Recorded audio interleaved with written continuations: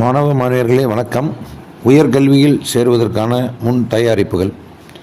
உயர்கல்வி படிப்பை தேர்ந்தெடுப்பதற்கு முன் தகவல்களை திரட்டுவதன் அவசியத்தை உணரச் செய்தல். 12ஆம் வகுப்பு படிக்கும் மாணவிகள் தேர்வு முடிவுகள் வெளியான பிறகு உயர்கல்வி படிப்பதற்காக கல்லூரியில் சேர திட்டமிட்டு இருப்பார்கள். அந்த மாணவர்கள் முன்னதாகவே செய்ய வேண்டிய என்ன என்ற குறித்த விவரங்களைத்தான் இப்பொழுது பார்க்க போகிறோம்.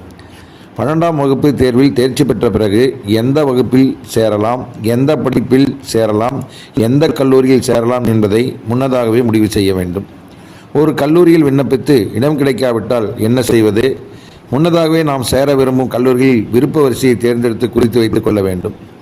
எந்த படிப்பில் சேர விரும்புகிறோமோ அந்த படிப்பில் சேருவதற்கான குறைந்தபட்ச மதிப்பெண்கள் உள்ளிட்ட தகுதிகள் எவை என்பதை தெரிந்து கொண்டு அந்த தகுதிகள் தம்மிடம் இருக்கின்றனவா என்பதை சோதித்து கொள்ள வேண்டும். நாம் சேர விரும்பும் படிப்பில் சேருவதற்கு மதிப்பெண்கள் அடிப்படையில் மாணவர் சேர்க்கை நடைபெறுகிறதா அல்லது நுழைவுத் தேர்வு எழுத வேண்டுமா என்பதை தெரிந்து கொள்ள வேண்டும். நுழைவுத் தேர்வு எழுத வேண்டியிருந்தால் அது எப்போது நடைபெறுகிறது, அதற்கு விண்ணப்பிப்பது எப்படி என்பதை தெரிந்து கொள்ள வேண்டும். பின்பு நுழைவுத் தேர்வுக்கான பாடத்திட்டம், வினாத்தாள் வடிவமைப்பு ஆகியவற்றை தெரிந்து கொள்ள வேண்டும். 12ஆம் வகுப்பு தேர்வுகளுக்கு படிப்பதுடன் நுழைவுத் தேர்வுக்கும் தயாராக வேண்டும். இதற்கென அரசு பள்ளிகளில் நடத்தப்படும் இலவச பயிற்சிகளில் சேர்ந்து பயன்பெறலாம். அடுத்ததாக, நாம் சேர விரும்பும் கல்லூரியில் சேருவதற்கு விண்ணப்பங்கள் எப்போது தருகிறார்கள், விண்ணப்பிப்பதற்கான இறுதி நாள் போன்ற விவரங்களை தெரிந்து கொள்ள வேண்டும்.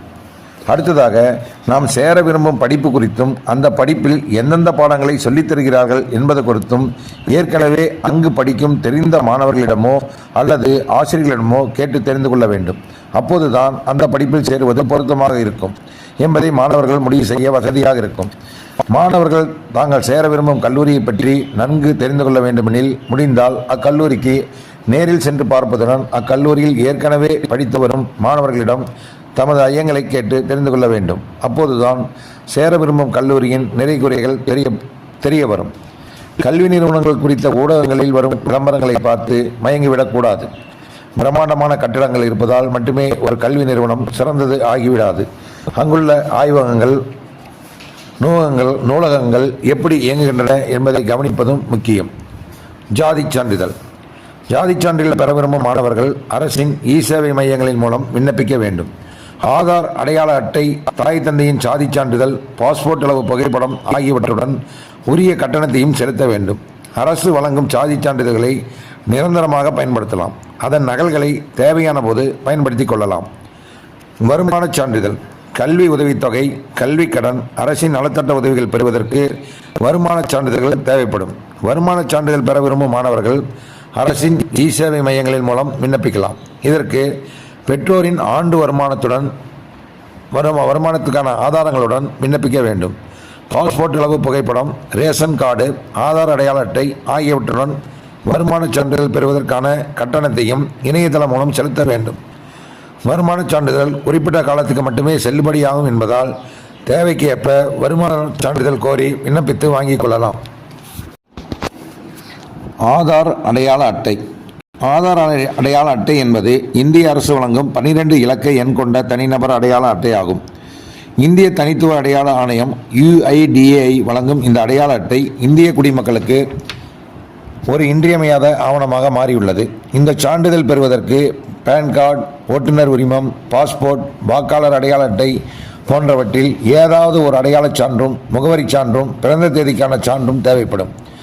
ஆதார் சேர்க்கை மையத்துக்கு சென்று ஆதார் கார்டு பெறுவதற்கான விண்ணப்பத்தை பதிவு செய்ய வேண்டும். விண்ணப்பித்த 90 நாட்களுக்குள் கொடுக்கப்பட்டுள்ள முகவரிக்கு ஆதார் அடையாள அட்டை அனுப்பி வைக்கப்படும்.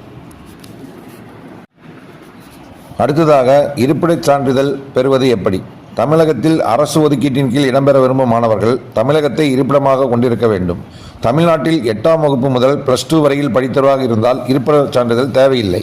மற்றவர்கள் இருப்பிடச் சான்றிதழ் அளிக்க வேண்டும். மற்ற மாநிலங்களைச் சேர்ந்த மாணவர்கள் தமிழகத்தில் உள்ள பள்ளிகளில் படித்திருந்தால் அந்த மாணவர்கள் பொது பிரிவின் கீழ் இடங்களை பெற அனுமதிக்கப்படுவார்கள். இருப்பிடச் சான்றிதழையும் இ-சேவை மையம் மூலம் விண்ணப்பித்து பெறலாம். புகைப்படம், முகவரி ஆதாரம், பிறப்புச் சான்றிதழ், சுய உறுதிமொழி ஆகியவற்றுடன் உரிய கட்டணத்துடன் விண்ணப்பிக்கலாம். அடுத்ததாக, மாற்றுத்திறனாளி சான்றிதழ் பெறுவது எப்படி? மாற்றுத்திறனாளிக்கான இடஒதுக்கீட்டின் கீழ் கல்லூரிகளில் இடம்பெறுவதற்கு மாற்றுத்திறனாளி என்பதற்கான சான்றிதழ் தேவைப்படும். மாற்றுத்திறனாளிக்கான மாநில ஆணையர் அலுவலகத்திலோ மாவட்ட மாற்றுத்திறனாளிகள் நல அலுவலகத்திலோ இந்த சான்றிதழ் பெறுவதற்கான தகவல்களை கேட்டு அறியலாம். பாஸ்போர்ட் அளவு புகைப்படம், ஆதார் அடையாள அட்டை, ரேஷன் கார்டு, சாதிச் சான்றிதழ், படிப்புச் சான்றிதழ் உள்ளிட்டவுடன் மாவட்ட மருத்துவ போர்டுக்கு விண்ணப்பிக்க வேண்டியிருக்கும். விளையாட்டுச் சான்றிதழ். அடுத்ததாக விளையாட்டுச் சான்றிதழ் பெறுவது எப்படி? மருத்துவம், பொறியியல் போன்ற படிப்புகளில் விளையாட்டு வீரர்களுக்கு என தனி இடஒதுக்கீடு வழங்கப்படுகிறது. விளையாட்டு வீரர்களுக்கான சிறப்பு ஒதுக்கீட்டுக்கு கீழ்கண்ட விளையாட்டுப் போட்டிகள் கவனத்தில் கொள்ளப்படுகின்றன.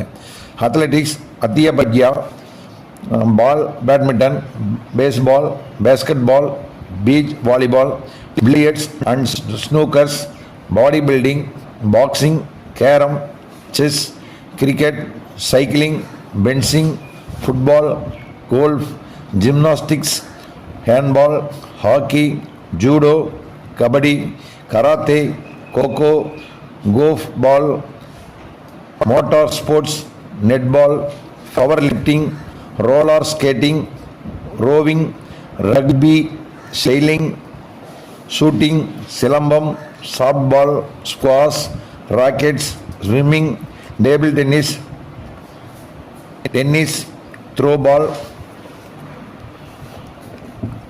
யோகா போன்ற சர்வதேச போட்டிகளில் வென்றவரா அல்லது பங்கேற்றவரா, தேசிய அளவிலான போட்டிகளில் வென்றவரா அல்லது பங்கேற்றவரா, மாநில அளவிலான போட்டிகளில் வென்றவரா அல்லது பங்கேற்றவரா, இப்படி பல்வேறு நிலைகளில் மாணவர்களின் விளையாட்டு சாதனைகள் கணக்கிடப்பட்டு மதிப்பெண்கள் வழங்கப்படுகின்றன.